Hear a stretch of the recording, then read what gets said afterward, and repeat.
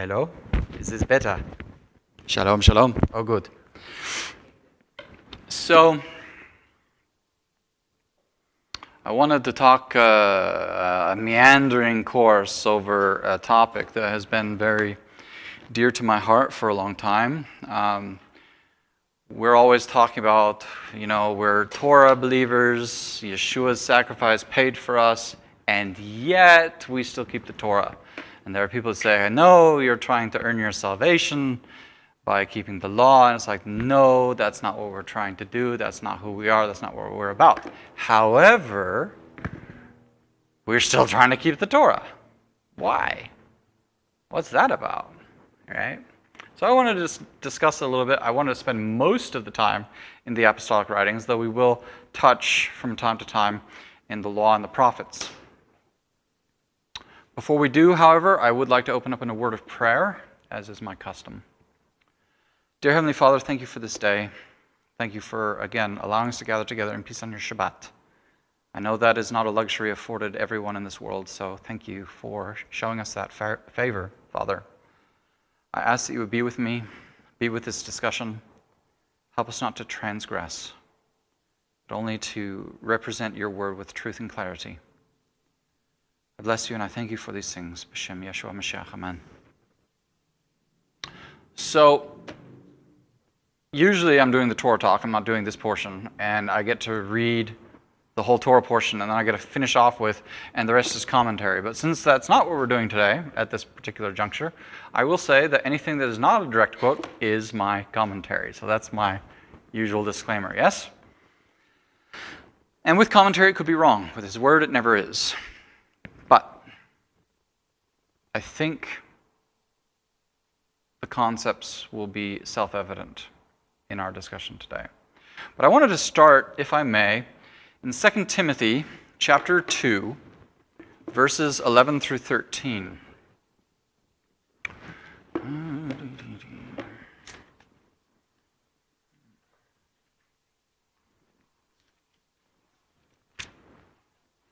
And I am borrowing another person's Bible today, so I don't have it all marked out because my Bible drove off in another vehicle. Not of its own volition, I promise, but it happened to be along for the ride. So 2 Timothy 2, starting in verse 11. This is a faithful saying, for if we died with him, we shall also live with him. If we endure, we shall also reign with him. If we deny him, he also will deny us. If we are faithless, he remains faithful. He cannot deny himself.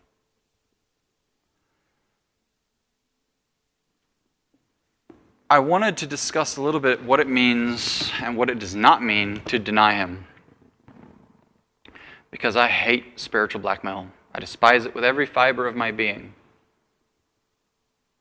Has anybody else besides me ever been on Facebook? And then there's that picture that shows up, and it's purportedly a picture of Jesus. And it has that message on there or something similar. If you're not ashamed of me, you're going to like and share this with all your friends. But if you're ashamed of me, you're just going to ignore. Anybody ever seen one of those? Anybody hate them as much as I do? Okay? What are all the problems we can immediately think of with that? Number one, in my mind, are we supposed to make images of him? Number two, are we supposed to put words into his mouth as though he had spoken when he hadn't spoken? Number three, does it really strike anyone here or online, if you happen to be watching, as being the character and nature of the Messiah to blackmail you into blackmailing all your friends, into blackmailing all their friends, and so on and so forth? So, if you love me, you're going to spam everyone. Thank you, Facebook, for bringing that all into our lives, right? And these days, I hear it's getting even worse. Apparently, they've got AI Jesus characters that you can get on and ask questions because you have that desperate need for connection with the Messiah. You have that urge in you, and apparently these characters have thousands of followers, and I don't even know what the numbers are anymore. But that should tell us something. Why do people connect to those things? Why do they want to hear from him so desperately and not feel as though they really have that in their lives? So if we're wanting to know what it is to deny him, it's not refusing to like and share on Facebook. So what is it then? What is it to know him? What is it to acknowledge him before men? What is it to love him?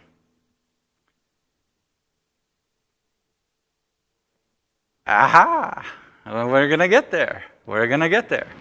So, what is obedience next to the sacrifice of Messiah?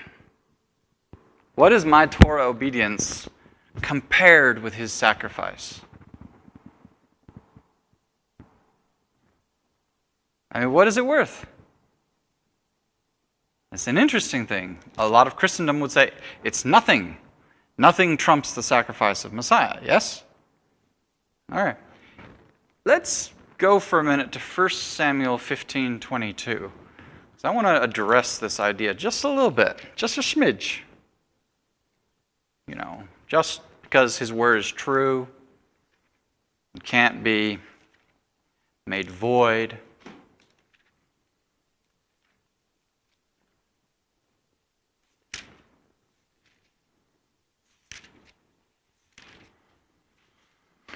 First Samuel 15:22. Everybody know the context? God has told, through Shmuel, he has told Shaul HaMelech, Saul the king, to go and to hammer the Amalekites. That's the Matthew paraphrased edition, right? He's supposed to kill them all. He's supposed to kill all the animals. Everything to be destroyed. A complete and total ban. Yes? And as we know, this is a continuation of stuff in the Torah. We are to make war with Amalek in every generation. We are commanded to never forget. Okay? But Samuel shows up on scene, and what does he come across? The goats bleating, the lambs, the sheeps, they're making noises. And what does he say? What is this that I hear? Right? And so Saul, of course, says, well, we were going to sacrifice them to the Lord. And what is Samuel's response? So Samuel said, has the Lord as great delight in burnt offerings and sacrifices as in obeying the voice of the Lord? Behold, to obey is better than sacrifice, and to heed than the fat of rams. So how do we reconcile this with Christian theology? Is obedience better than sacrifice? Or is the sacrifice of Messiah better than all? Which is it? Or is there something of a duality going on? Why did he sacrifice himself? Why did he give up his life?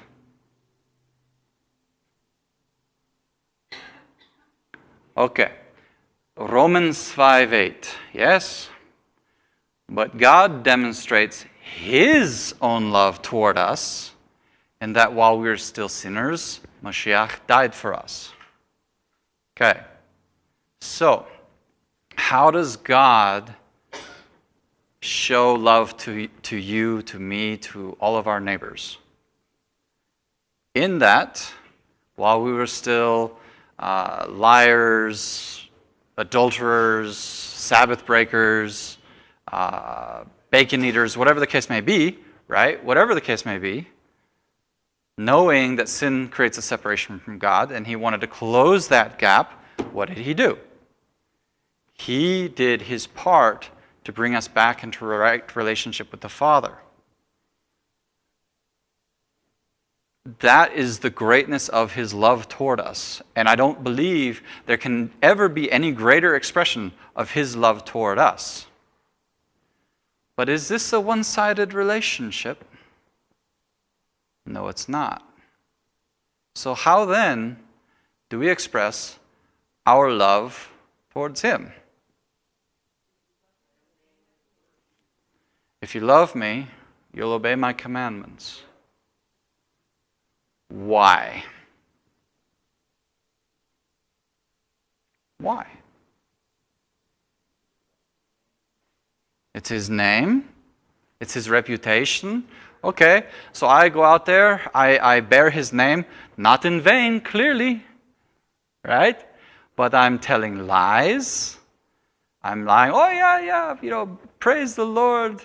All this amazing stuff happened in my life, and really, it's not true. Maybe I'm giving a false testimony about something he did, God forbid. Maybe I'm lying about a contract at work, or the wife says, hey, did you remember, right? There's that zachar, did you remember to take out the trash? And I say, sure, I remembered, I just didn't do it. No. That's not what she meant. No, I forgot. It didn't occur to me. I didn't remember to do this. But I tell her that I did. Oh, yeah, I did that, Knowing she's not going to be home in a few hours, I can quickly get it done still. It's a small lie. It's a little fudge of the truth. I didn't actually do it yet, but I'm going to, so she doesn't need to know, right? But something happens. Maybe I decide, okay, I got to take the trash out. And as I'm going to take the trash out, the bag breaks open and everything goes all over the floor. And then I slip and I hit my head. And what does she find? She finds her liar husband in a pile of garbage on the kitchen floor. Someone who claims to represent the nature and character of the Almighty, who thought maybe it's not a big deal to tell this slight, little, tiny. Yeah. And does that not show the true level of how I esteem his name? Does that not show the true level of how I esteem his truth? And those kinds of things. If I am of the true, then I should, embody that and represent that in an accurate way, yes? Okay. So I wanted to just go to a few different places that reaffirm this idea. Let's go for a moment to John 14:15. And could I get some volunteers to read? Because I've got a few verses. Yeah? So, one volunteer, John 14:15. Another volunteer, 1 John 2:5 and then 5:3. And then I will go to James.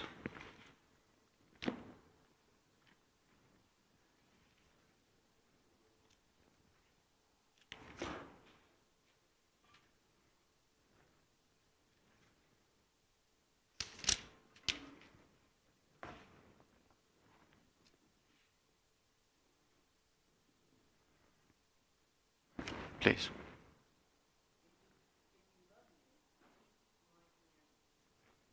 Pretty straightforward.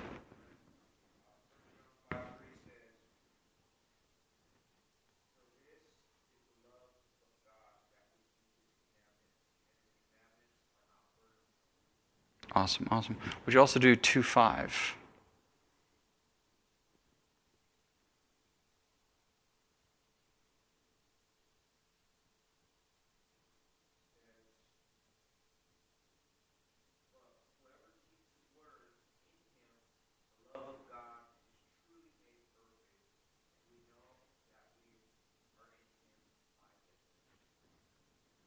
Again, it's reaffirming again and again. James 1:22, I'll read this one. But be doers of the word and not hearers only, deceiving yourselves. For if anyone is a hearer of the word and not a doer, he is like a man observing his natural face in a mirror. For he observes himself, goes away, and immediately forgets what kind of man he was.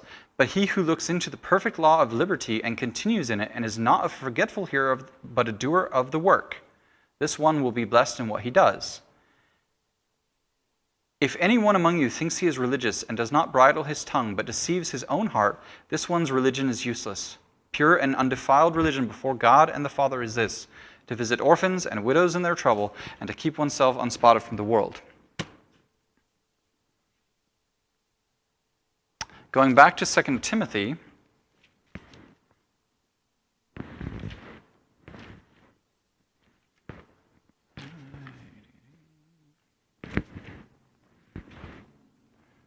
also chapter 2, going to continue where we left off, verse 14 through 26. Remind them of these things, charging them before the Lord not to strive about words to no profit, to the ruin of the hearers. Be diligent to present yourself approved to God, a worker who does not need to be ashamed, rightly dividing the word of truth. But shun profane and idle babblings, for they will increase to more ungodliness, and their message will spread like cancer. Hymenaeus and Philetus are of this sort, who have strayed concerning the truth, saying that the resurrection is already past, and they overthrow the faith of some. Nevertheless, the solid foundation of God stands, having this seal: the Lord knows those who are his, and let everyone who names the name of Mashiach depart from iniquity. But in a great house there are not only vessels of gold and silver, but also of wood and clay, some for honor and some for dishonor. Therefore, if anyone cleanses himself from the latter, he will be a vessel for honor, sanctified and useful for the master, prepared for every good work. Flee also youthful lusts, but pursue righteousness, faith, love, peace with those who call on the Lord out of a pure heart. But avoid foolish and ignorant disputes, knowing that they generate strife. And a servant of the Lord must not quarrel, but be gentle to all, able to teach, patient, in humility correcting those who are in opposition, if God perhaps will grant them repentance, so that they may know the truth, and that they may come to their senses and escape the snare of the devil, having been taken captive by him to do his will. Now, why am I talking about this today? Because we Messianics have some things that I believe are wildly out of order. We get into debates about Nephilim. We get into debates about words and what they mean. We're arguing with the Christians all the time. You got this wrong, we got this right, ha ha ha, whatever the case may be. Right? We want to argue with the Orthodox. We want to do all those things. Very Pharisaic to show up and argue about stuff all day long. What was Yeshua himself, however, doing? And what did he teach his disciples to do? Yeshua, yes, he answered the questions, and yes, he responded, and he gave sound doctrinal response. And if you're not in that place, study to show yourself approved. But what did he do with his time? He ministered to the people who were lost, hurting, in sin, right? What are some of the most notorious sinners we have in the list? A lot. I like that. A lot. All right, a lot. Okay, they say there was a prostitute in the mix, right? Do you think he argued with her about the nature of prostitution? Well, you see, according to the Rambam, the word zona means that you're from the southwest. No. Sorry, bad joke. He didn't get into all of that. He ministered to her in the place where she was at. Well, Yeshua also said to Peter, if you love me, do what? Feed my sheep. As believers, as Messianics, we have the testimony of the Torah. We have all the writings, the apostolic writings. We have the internet age. We have all of these things. But do we have the love in our hearts for Him to go out and represent His house and bring that ministering to the people around us? Or are we going to sit here as a weird holy club and be okay with that? What are some of the best things the Catholics have contributed to the world? Hospitals. What else? Schools. What else? Spread the gospel. All right. Can anybody name me the great Torah-observant Messianic scholar who sat in the basement and created a scriptorium where the other wonderful Torah observant Messianics would handwrite copies, thousands upon thousands of copies of the words of the Messiah, so that it could go forth into all the world. Which Torah observant Messianic did that? Huh? No, I'm talking about with the writings of the apostles. Which Torah observant Messianic scholar did that? Anybody?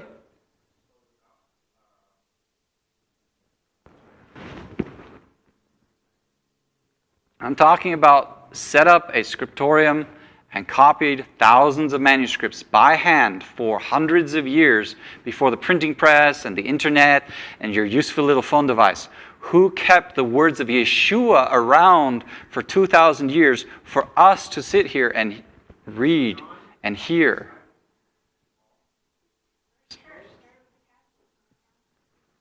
So it wasn't a batch of Messianic Jews sitting there the whole time.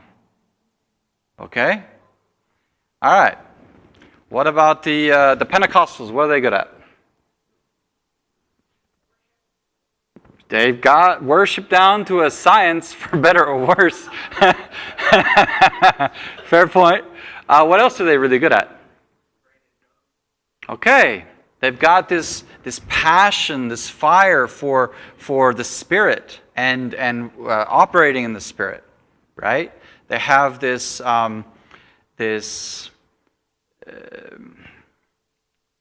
way of clinging to spiritual realities, even to the point of sometimes being like, the physical doesn't matter so much, right? Okay. What about the Baptists? What do they really excel at? No carbs, did you say? So that's what the keto Baptists cling to, no fun. All right. Baptists are known for being very, very, very studied in the Word, right? As a general fact about their movement. What are Messianics known for? Arguing, and now you have a schism, and now we can't fellowship with you because you celebrate this way. On this day, you tie your tassels just a little bit differently than I do. Whatever the case may be, we're really well known for arguing. Kvetching. Kvetch is a terrible soup, I'm telling you now.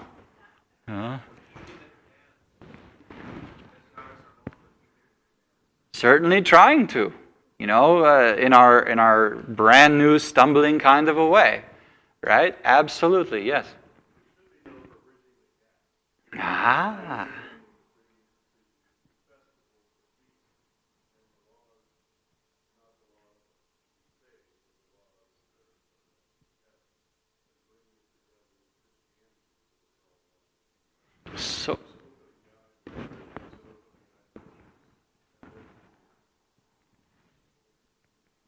So how do we get from where we are as a movement today to that place?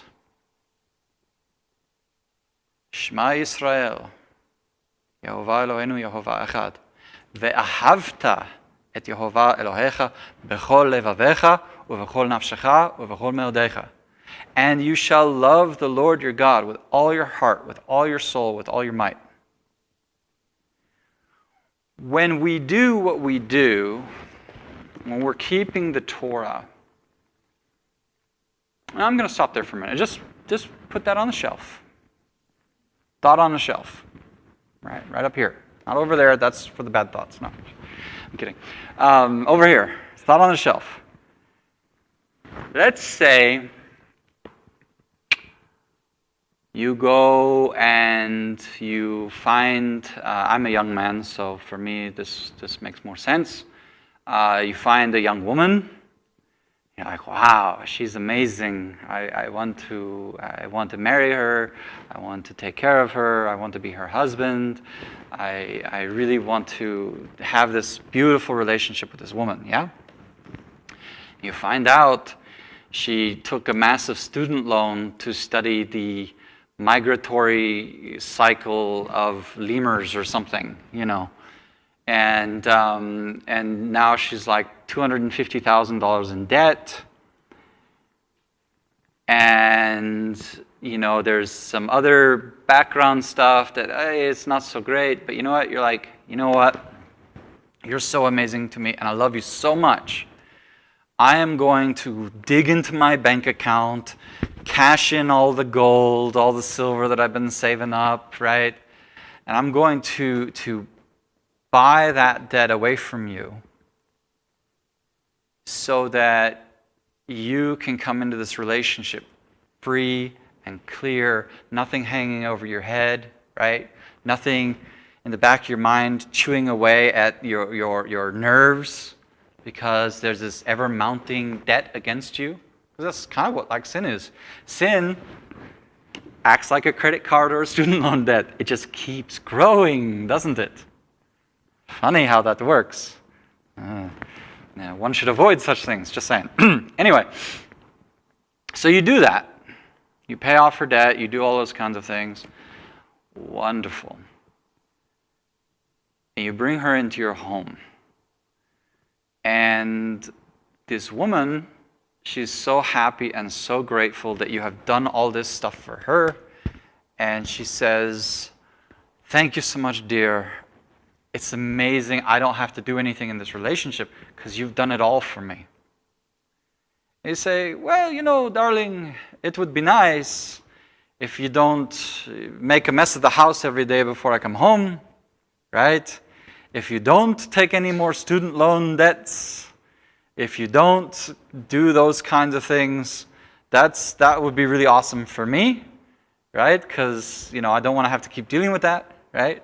This would be an amazing reciprocal thing that how you show love to me. I'm not asking you to pay me anything, right? You don't have to pay my student loan debt. I don't have any student loan debt.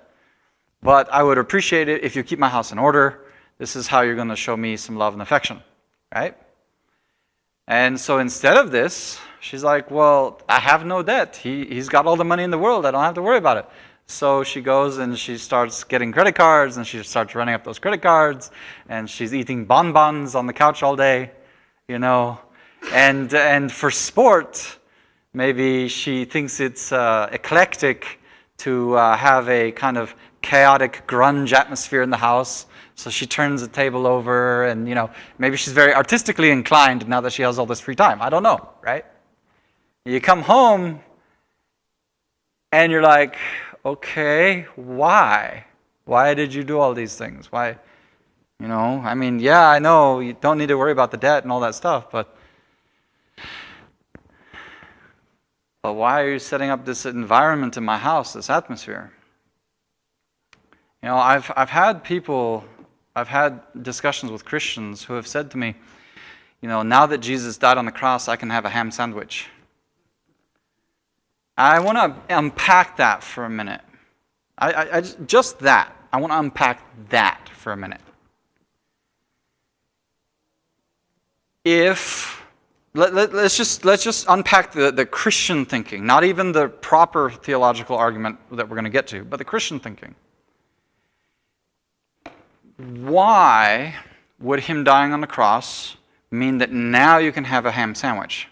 Well, because the wages of sin is death. And because eating a ham sandwich is such a sin that I deserve death, that since he died for me and took the punishment, now I can have that ham sandwich. It's like, I'm talking Christian theology. I'm not talking about, right. Okay. So then the question that I would pose to this person is, if the wages of sin is death, and it's so heinous that that is the case, even something as small as eating a ham sandwich, which we can have that discussion, such a big deal that he had to die for you, why would you keep doing that? If it is so egregious, so hurtful to his relationship with you, if he loved you so much that he would give his life to restore that relationship, why would you then turn around and be like, oh good, hum, hum, hum, hum, hum, and do it all over again? Why would you do that? Why would you not be like, if that's what got you nailed to the tree, I don't want to have anything more to do with it. Anything more to do with it. If it caused you that much pain, that much suffering, that much humiliation, verbal abuse, mocking, if you love someone and something you did put them through the stuff that Yeshua went through on the cross, would you ever want to do that thing again? Would you ever want to have anything, and for a ham sandwich, for crying out loud? Speaking of, I am attempting a lamb ham, by the way. So I know, that has to go up on this shelf. Okay, but I'm working on a lamb ham. What's that? We'll talk about it afterwards during the Oneg discussion. So when you're sitting there and saying, wow, he loved me so much, he did this for me, what does my love for him look like? If sin causes a separation of relationship, and he's done everything that he can to do his best to bring us back into reconciliation and right relationship, knowing full well that I can reject it. But he extended the hand as far as that hand will go. What am I doing to make him know that he is worth it to me?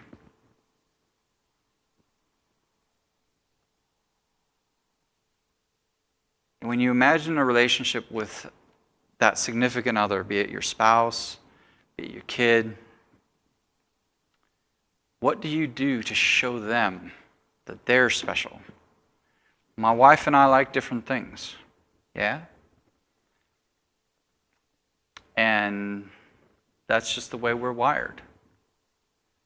And I know she likes sunflowers, so I try and get her sunflowers sometimes. I try and plant sunflowers, and well, there are dead vegetable gardens in at least 2 continents as a result of my efforts. But I try. I make the effort, right? And she knows some of the things that are special to me, right? And the things that are special to me, if I did the same thing for her, she might not, it's not really her thing, and that's okay. But she knows they're special to me, so she tries to do them to me. So how do we show that he is special to us? What do we do? How do we show that we love him? He showed that he loved us even in our sin, to the point where he gave his life for us. So what do we then turn around and do? Thanks, and then carry on. It says that there are vessels for honor and dishonor. Those that are cleansed of the one can go and be used for the other. But this is where I think a lot of Christians misunderstand our theological paradigm. Let's assume this were actually the temple, and I'm not saying it is. I'm not trying to get weird hyper-spiritual with you all, okay? But let's assume this were the actual temple. And you all were cups, vessels of honor, used in the libation offering. Anybody know what the libation offering is? Huh? Okay, what kind of different offerings we have? We have burnt offerings, we have grain offerings, we have incense offerings, peace offerings. What's a libation offering? Drink offering, good. So, let's say you're a vessel for a drink offering, and your job is to pour yourself out before the Almighty. But some evil Babylonian comes and ransacks the temple, and they snag you up. And on their way, galloping back to Nebuchadnezzar, you fall out of the caravan and you land in a pile of pig manure. Yeah? So a well-meaning person who doesn't quite understand purity picks you up and says, I shall sanctify this cup by engaging in a holy act with it. So the well-meaning if misunderstanding individual, takes you right out of the pig pile, pours some wine into you, walks you into the temple, and pours that out, is that A, going to sanctify the cup? No. Is that in fact going to defile everything that the cup touches? Yeah, it's going to be bad news. But what if that cup, which is now defiled, gets cleansed by an external agent? Right? And they go through all the customs, all the rituals, all the everything, the mikvaot, all that stuff. Let's say that we're all done. What then do they do with that cup? Is the cup to be put on a shelf, nice and shiny, or for Nebuchadnezzar to use for drinking? Why is the cup cleansed? What's the point? So it can just go back to the pig poop? So why would you cleanse the cup?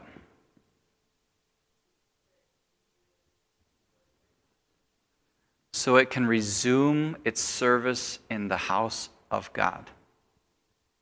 Like each of us, we cannot, thinking we're off to do some righteous or holy act, we cannot self-cleanse. It's impossible when we have been corrupted and defiled. That's what he does. He's the external agent that cleanses us. But why? So that we can resume our service in the house of God. But what does that service look like? That service, according to the writers of the very first Messianic believers, is not to engage in these ridiculous arguments with people. Fighting, well, you got this wrong about the Torah, you got that wrong about the New Testament. Is Melchizedek a pre-incarnate representation of the Messiah? Who cares? And I'm not saying it's not good to study. When the master comes, when the master of the house comes, what is he looking to find?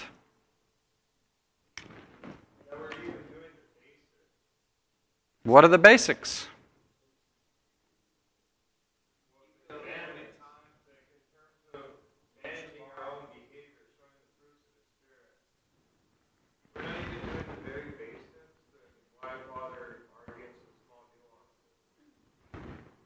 When the Messiah came, he didn't huddle his apostles into a corner and say, hey guys, I want to tell you the truth of the Nephilim. He also did not say, hey, you really need to know the earth is round or flat or donut-shaped.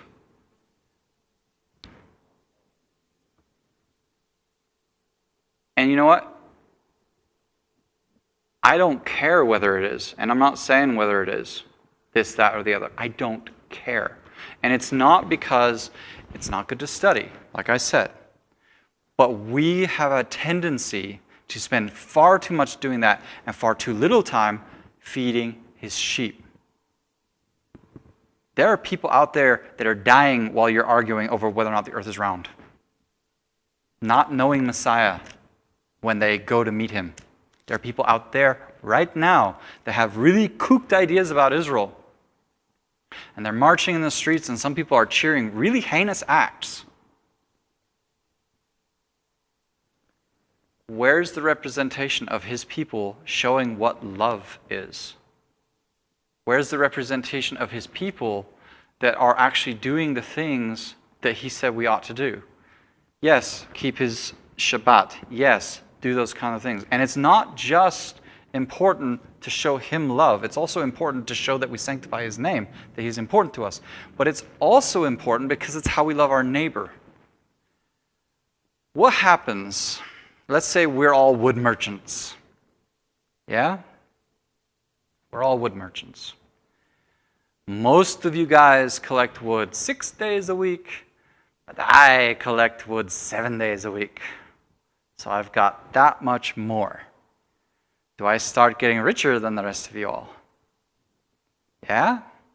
And before long, I have enough of an extra that I can start putting some of you out of business, which means I get a little bit more. Then I can put the rest of you out of business. So now I have a monopoly on the wood. So how else are you going to compete? if not also working on the Sabbath, going 24/7, hiring people to work for you 24/7. And eventually, we're all finding the newest, latest, greatest edge over the competitor, and we work harder and faster and harder and faster. And eventually, what kind of a life does that leave any of us? There was a time in Europe not long ago where servants would get a half day off a month. Imagine that kind of a life, a half day off a month. There are some places in slavery where you get no time off, never. You're always on call. So I love my neighbor by keeping the Sabbath. I'm not going to put you in a position where you have to compete with me on the Shabbat to make ends meet. I won't do that to you. I don't want you to do that to me. That'd be great. But we also do the commandments because it's how we love our neighbor. And this is what Yeshua, in my opinion, was saying when he said all the law and the prophets hang on those two commandments, to love God and love your neighbor as yourself. There is so much in there about doing these things. Where is the commandment that says you need to argue over every little doctrinal point? Show me that in Torah. Even the smallest commandment. Show it to me, if anyone can. I don't think that's what we're supposed to be about as a Torah people. What do you all think we should be about as a Torah people? What should be our light to the world? That we sit in a room with four walls and argue doctrinal points? Is that our light? So what should those actions look like?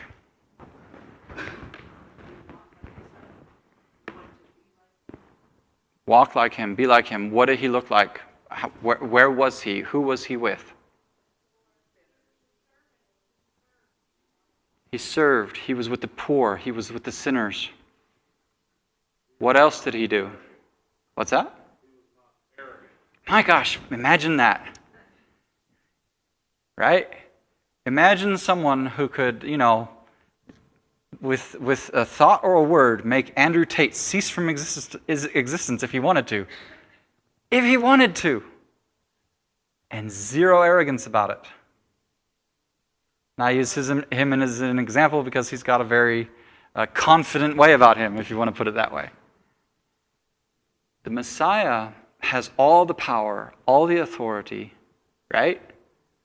The King of all kings. His name is above all others. He was not arrogant. He showed that love. He showed that compassion. What else did he do while he was here?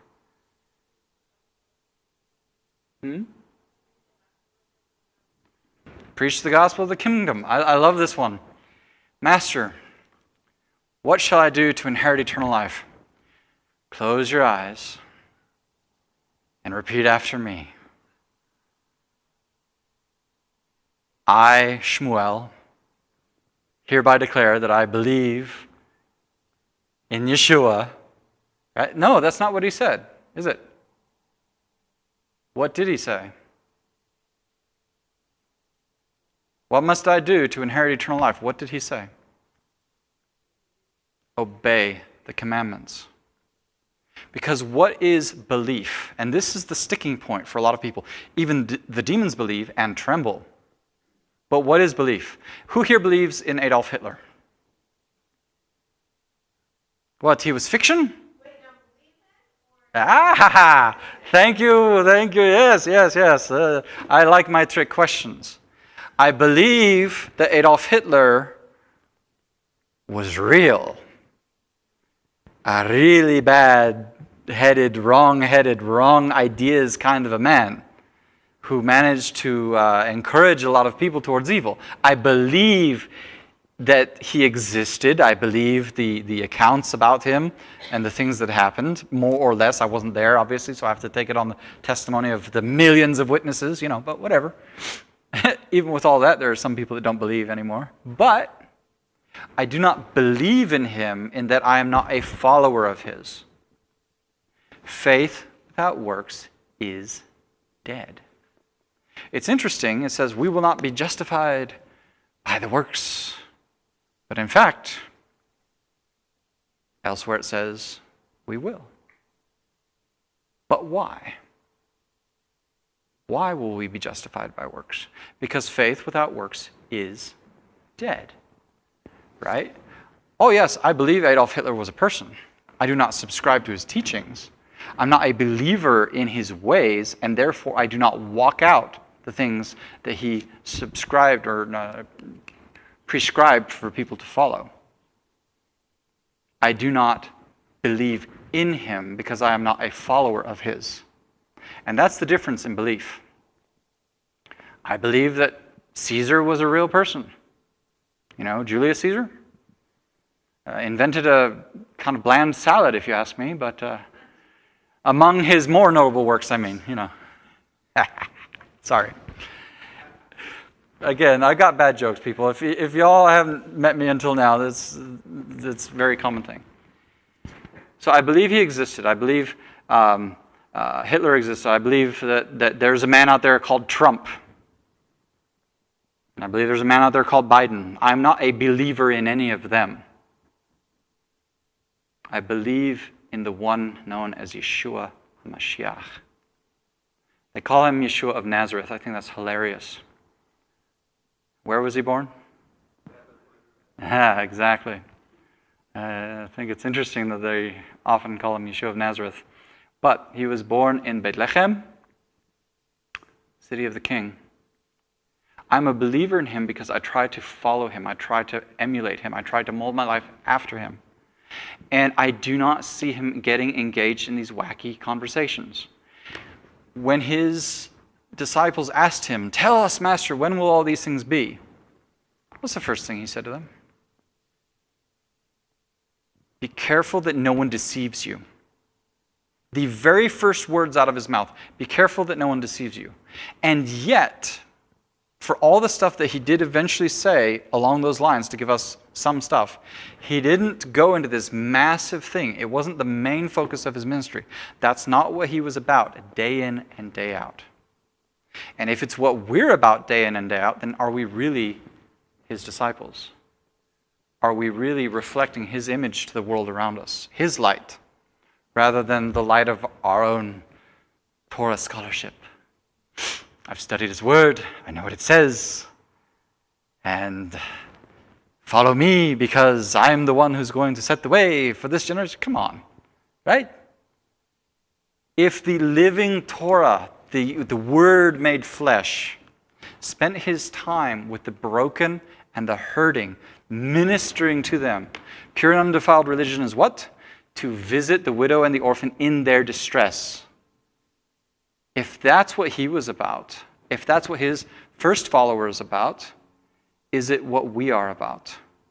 That should be what we are about, in my very strong opinion. There are two things at the same time. I think it varies. Right now, today, Daniel's living it out. I'm living it out to my best faltering capability. Why? Who am I not? Cain. Okay? I'm not Cain. Why am I not Cain? A happy accident of birth, maybe. Right? I don't like how that story turned out, by the way. This is concerning to me. So Cain is sick. He needed to teach today, but he couldn't teach today. So there was a need that needed to be filled.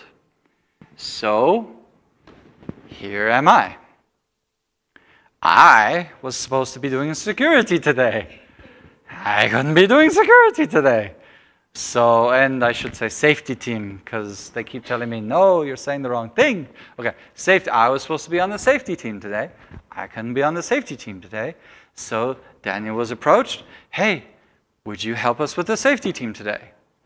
And there he is, standing in that place. Right? How can we walk it out? When When God visited his people in famine, what did he bring them? Bad jokes like me? No, what did he bring them? How did he visit his people? If there's a famine and he visits them with what?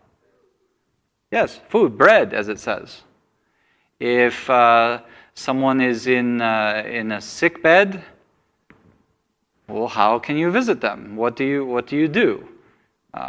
Maybe bring them some medicines, some nice Jewish penicillin, the chicken soup, right? What other needs could there be in our community or in the world at large? Thoughts? Questions?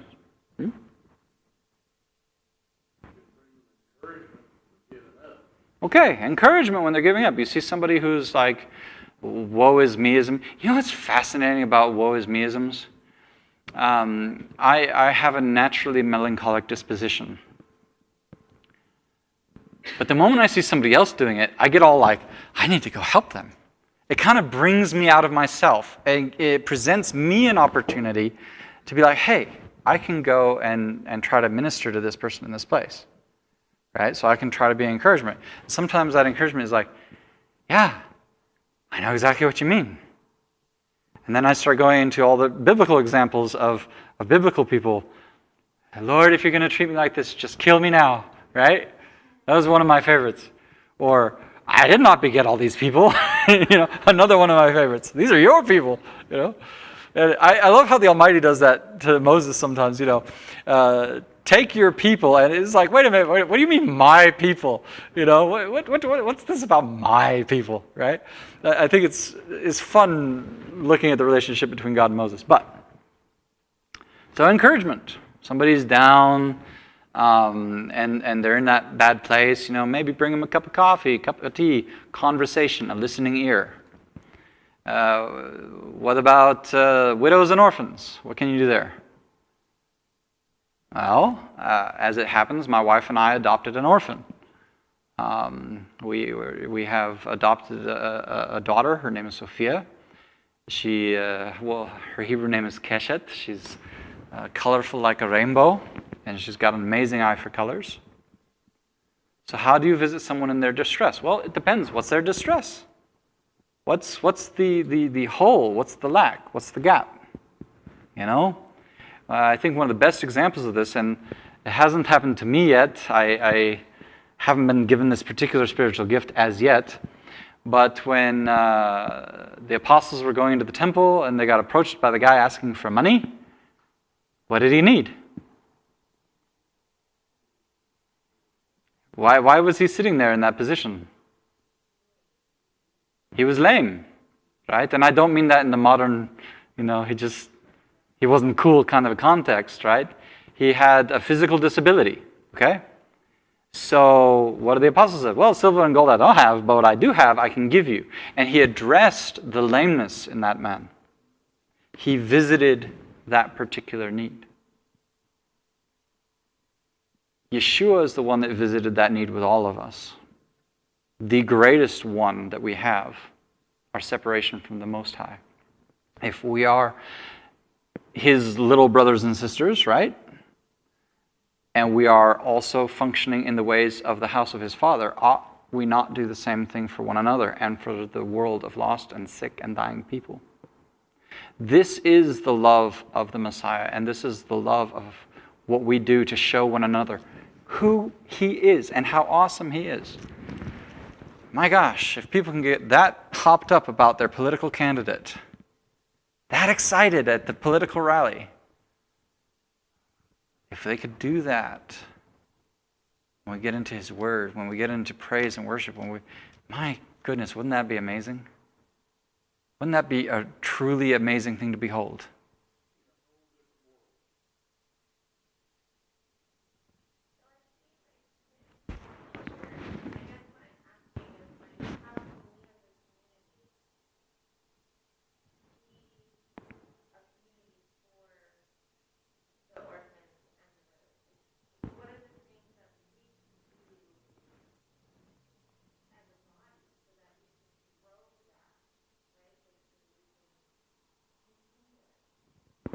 All right.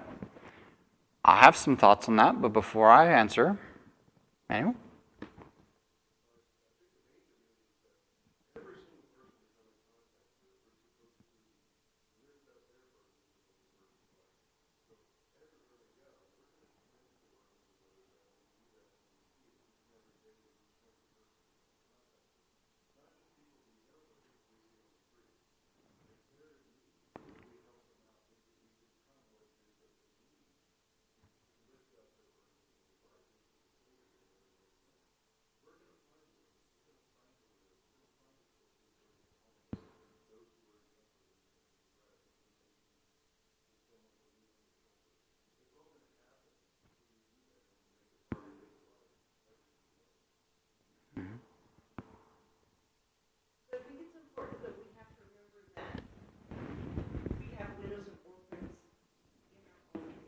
Yes.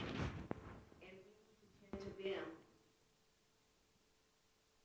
as well. Yes. And we have many new sheep. And we need to lead by example Mm. and show the sheep. And we have to get off our own throne and put him back on. And that is, when you were talking about what with Messiah, that's the other thing. We like to argue, and we like to be our own sovereign. Yeah. So we need to, the king Midas, Hmm. and it's difficult. Hard. Struggle with it every day.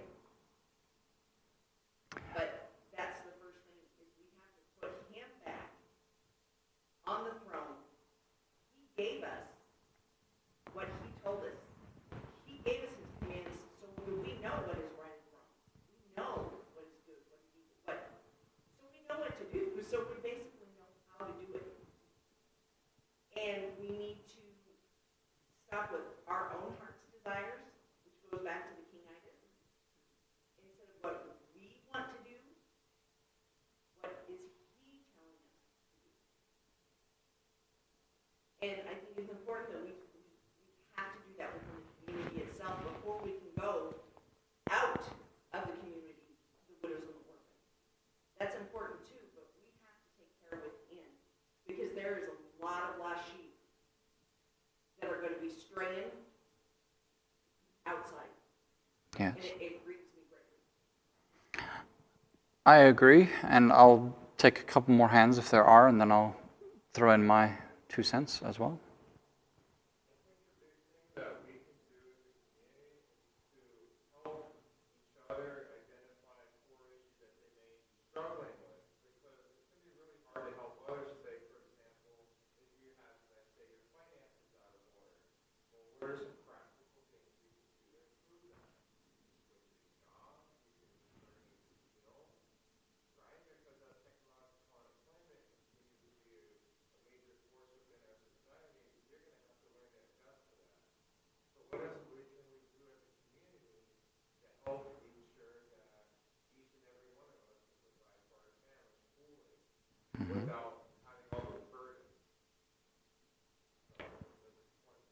I think that is a very sensible notion.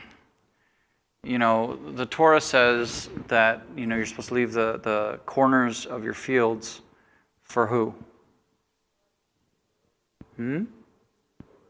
Widows, orphans, strangers. You know, it doesn't say, unless the guy looks like he's going to take the corn and go buy alcohol.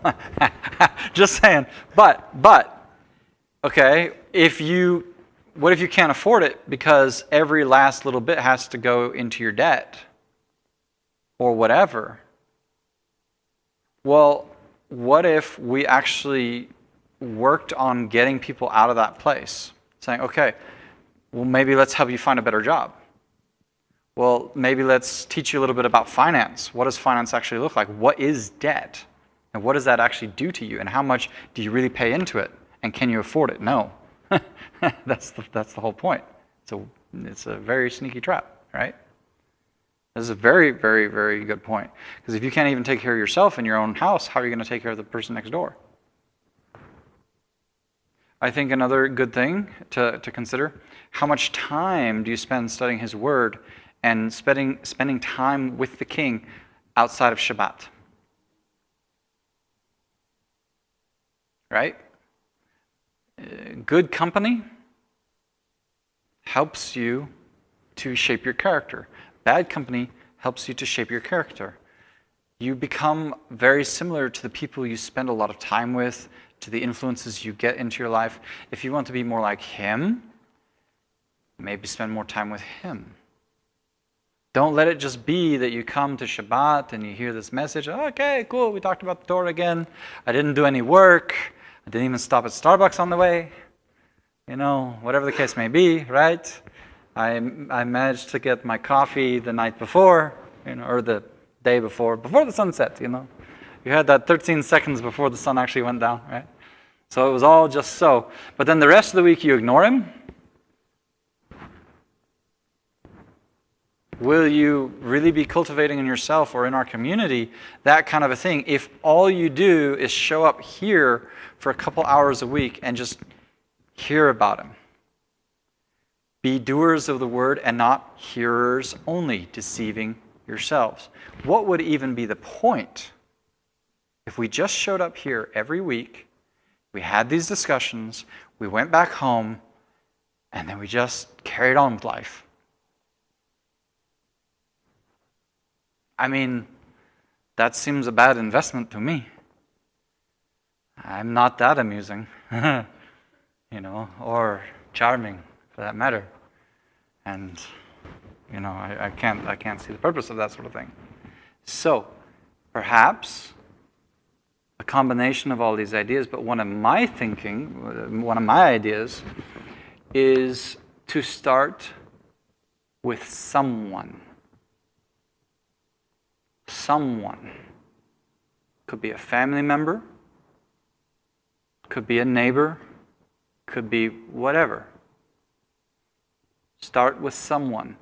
What will minister to that person today in a way that they will see the nature and character of the Messiah? Just start with someone. One person. And then go from there. Right? You don't have to do this big thing. I hereby bless you with a Snickers bar in the name of the Messiah. And I don't even know if Snickers are kosher. It was just the first thing that popped into my head, You don't need to make a thing out of it, right? But you see, I will tell you, when I lived in Israel, I had a lot of really, really, really negative experiences. I had some of the Muslim neighbors throwing stuff at me as I walked down the street. People come up in my face, there's something wrong with you Jews, something wrong in your blood, you killed the prophets, blah, blah, blah. I had another one near ran me down with his car. A lot of good experiences, or at least a lot of really dramatic ones. You know which one sticks out the most? I will admit that I'm a bit of a stubborn individual. It has nothing to do with my heritage. But I'm the kind of guy that does not like to go back to the car even once. If there's 60 grocery bags, I'm going to try and line them all up on this arm, line them all up on that arm, and, Just because when I was a kid and I was trying to play video games and my mom got there and she's like, help bring in the groceries. It's like, I'm doing this once so I can get back to Mario Kart, man, So this foolish tendency followed me all the way to Israel. And I remember this one time I had just got to the men's house. And I volunteered at a homeless shelter. Some of y'all know the details on that, but I was making a delivery and I piled up this massive pile of things that were not exactly all square, because I wanted to make one trip, right? And I remember that, as fate would have it, something fell off the top. And this woman in a full burqa knelt down next to me, picked it up, put it on the stack. Never said a word. Just quietly did this thing. And that's the interaction that stuck with me the most. Doesn't mean I enjoyed the others, but it was just this quiet, normal, helpful thing. Not massive. She didn't have to proclaim to me the name of her prophet or her God or whatever. She just acted like a human. A human with regard for another human. If she can do that, I know we can. I know we can. That's my word for you all today. That's my encouragement for you all today. That's what I would like us to think about as we go out into the world. That Shabbat isn't something we do, and we just go on and carry on with life. That we really embody what it is to be His disciples. To give of our lives to those around us. And it doesn't have to be big. It doesn't have to be massive. It can just be this, I'm being a human with regard for another human. And I will say something about that. People see these. They see them. I don't have to walk around telling them, hey, guess what, guys? Guess what these are about? They see them. They see this. And they see the man who's wearing those things and the way he acts towards them, for better or for worse. And sometimes I need to work on it. I'm sure that only applies to me, but the fact of the matter is they see it. They see the testimony of His name. And people that are looking for it,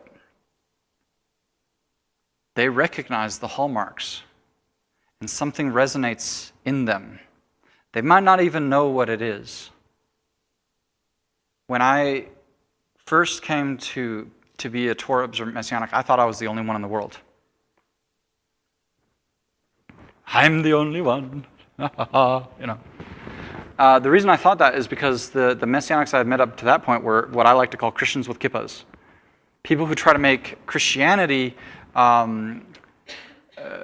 culturally relevant to Jewish people for the sake of converting them, which it just creeps me out in a horrible way.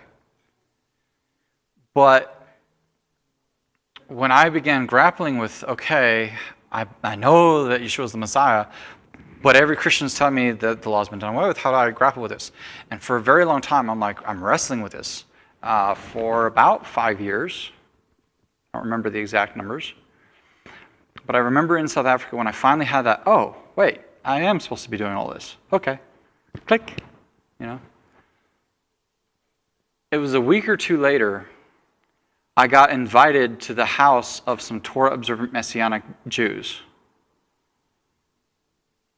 Because my wife was pregnant at the time with our first daughter, Rose, and there were nurses in the group that wanted to talk about, pregnancy and giving birth and all this stuff. And while the girls talked scary stuff, the guys got a lot more edifying and talked about how to kill one another in a particular video game. But when I showed up at this place, they had been told, don't talk to these people about religion. They're not here for that. They don't want to hear your arguments about the Torah and all that stuff. They're here to talk about pregnancy and giving birth and so on and so forth. But when I showed up, I saw them all wearing tassels with a thread of blue. I saw them eating clean. And I saw the little hallmarks of the stuff that's like, this is all the stuff that I know I'm supposed to be about. And if you embody the character of the Messiah in the world, it will resonate with some people, and they'll be like, That's what I've been waiting for. That's what I've been looking for. Who are those people? And who is their king? We are supposed to be his ambassadors. I hope that means reflecting accurately his nature and character to the world around us. Not because we're earning our salvation thereby, but because we indeed love him. Who likes Star Wars? All right. You ever seen a real fanboy, right? Or fangirl? They got the lightsaber, got the mask. They know that you can actually get little silver bars of Beskar, right? You can do all that stuff. They might have learned some of the best ways to make a Wookiee sound, usually when you stub your toe. But you know a real hardcore fan. They got the trappings, they got the stuff, they know the history, they know the lore, they get all excited about it. Why? Because they love it. They love it. They're so into it, man.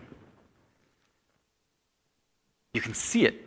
They got the little bumper stickers, you know. What WW DVD, what would Darth Vader do? You know. Sorry, bad joke. But you can see it.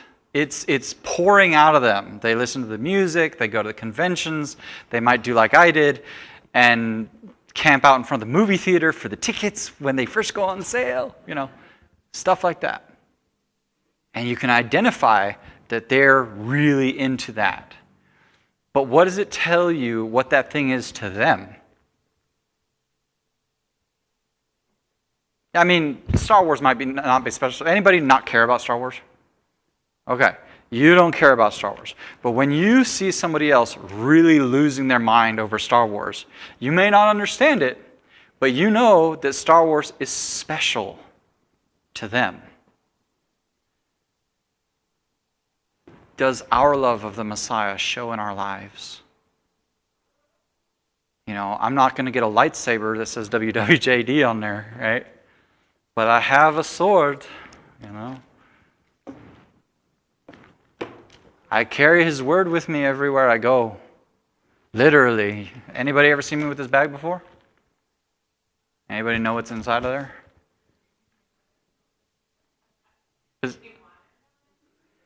It's all the extra bullets. No. Among some other things, I have a Bible. I have 2 Bibles in here, actually, and other bits of Scripture. Right? 2, because I've recently included an all Hebrew. His word is with me everywhere I go. This bag is with... My wife laughs at me because I was wearing this bag's predecessor on our wedding day, in the wedding. Because his word goes with me. This goes where I go.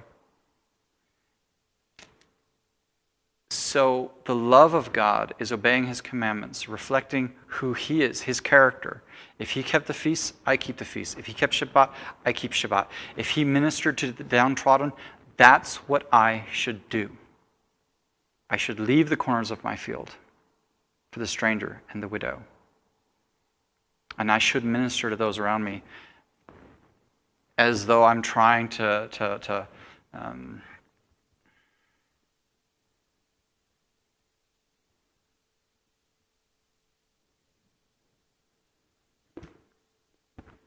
Anybody ever see a kid, 3 or 4, who sees their dad shaving, and so they want to shave? Now they've got no facial hair, and their dad's not going to give them a real blade. Maybe give them one of those plastic fake ones, you know. But they'll shaving cream the kid up. And the kid is just so happy to be shaving with dad. Or wearing a tie like dad. The tie is, well, what's the tie? It's about being like dad. It's about spending time with dad. It's about looking like dad. And that's more or less the heart of what I wanted to share with you all today. So, I do believe we're probably at the end of our time. Nobody's been flag waving me. Oh, we've got a few minutes. And Julie, you did have a hand, so I did want to get to you. And pulling all the thoughts together that we have brought out, I have a Baptist church background, and it was your job in life is to be a soul winner. You are to take that salvation to the Messiah, and that's your gift that you're giving to everybody, which means I have to be alert, I have to know the Word, I have to live the Word. If I believe it, I've got to live it. Because, we are being watched to see if we're living out what we believe. And when we have those opportunities and people come up and ask us questions, I find that what they're asking are smokescreen objections that they're coming with, and I come back with, and have you ever actually prayed and invited Jesus into your heart? Have you thought about doing that? And, something simple, a simple invitation. And how's your relationship with God? And that opens up the conversation. But then we are to be out there to be finely tuned instruments, to be vessels, not the stopgap that here's everything you said today and there's nothing with it. God's going to call us to be able to share what we learned today and what we learn every week. So my thought is you are absolutely right on, and we need to be focused about being soul winners and to pray that prayer, that invitation. That I think what I've said for so long is that for we the believers, for the unbelievers, this is as good as it gets, because for we the believers, this is the only hell we're going to ever know. But if you're an unbeliever, this is as good as it gets. I want the heaven that God's going to be giving me, and I want to take as many with me as I can. Want to meet Jesus? Grab him by the scruff of the neck. Let's pray. And how long does it take to say that prayer? And I did it recently with a friend that I've been talking to him about this for over 50 years. And he finally prayed the prayer with me. And you never know when that opportunity is going to come. You gave us food for that opportunity today. So thank you. Amen. Humans are largely simple. But let me ask you something. Let's say you are out in the street, you decide you're going to be a street preacher. You're going to go out on a corner and you're going to hold up a big sign, and anybody who walks by, you're going to be like, have you met the Lord, right? I've had some weird interactions with people, and I don't know why, but I seem to have the ability to attract the weirdest ones. Like I've walked into communities and been asked, what do you know about demons? First time I was there, right? Or my favorite, have you been washed in the blood? It's like, if I were just some curious person that doesn't know anything about anything, and I walked up and somebody asked me something like that, guess where I'm going? Somewhere else, right? I'm gone, okay? But as it happens, that's not me. But let's assume you decide to be that person, and you're out on the street corner, and you're going to be like, hey, to everybody that walks by, you got 5 minutes to talk about Jesus or Yeshua or whatever the case may be, whatever the thing is. Would you like to take a survey? Whatever your thing. If that person, let's say they're a man who has been out of work for 6 months, who is going to interview after interview after interview, trying to find work so he can pay his bills, so he can feed his 5 kids at home. Does he want to hear anything about Jesus or the survey or the whatever? If he has a need that is pressing, it's like, I got to make sure my kids eat tonight, dude. That's where my head's at right now.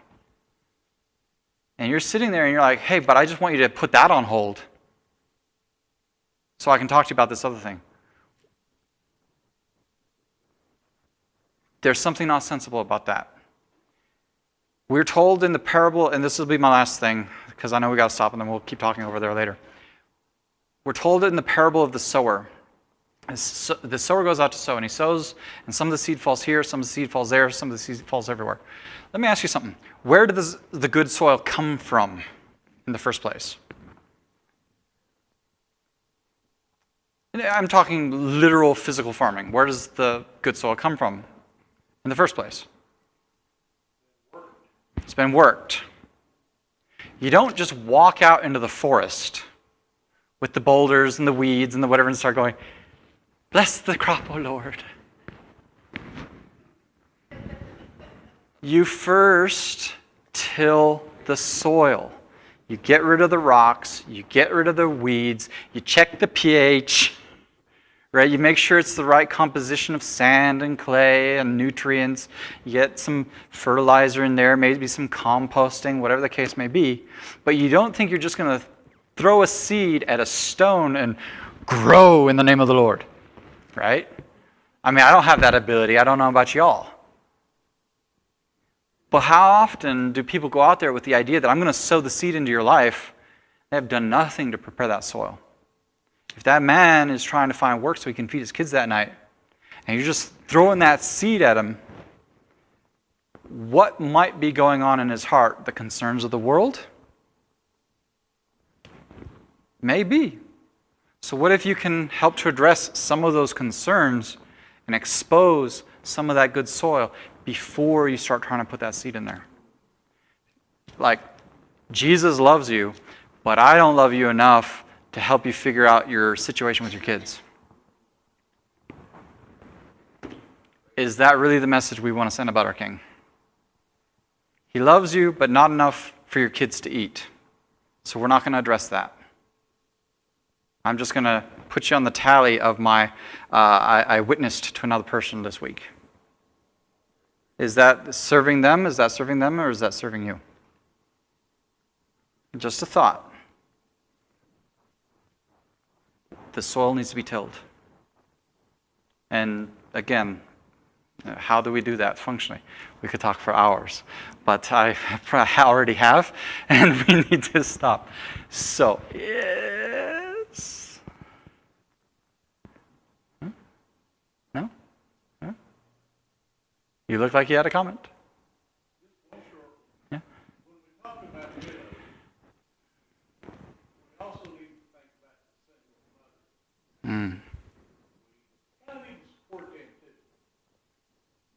Amen. It's absolutely true. I've waxed long enough for all of us, I think. We're going to go ahead and close. First we'll do prayer, and then we'll do the Aaronic benediction. Mine is a little bit different than Cain's, which is, as it happens, why I was looking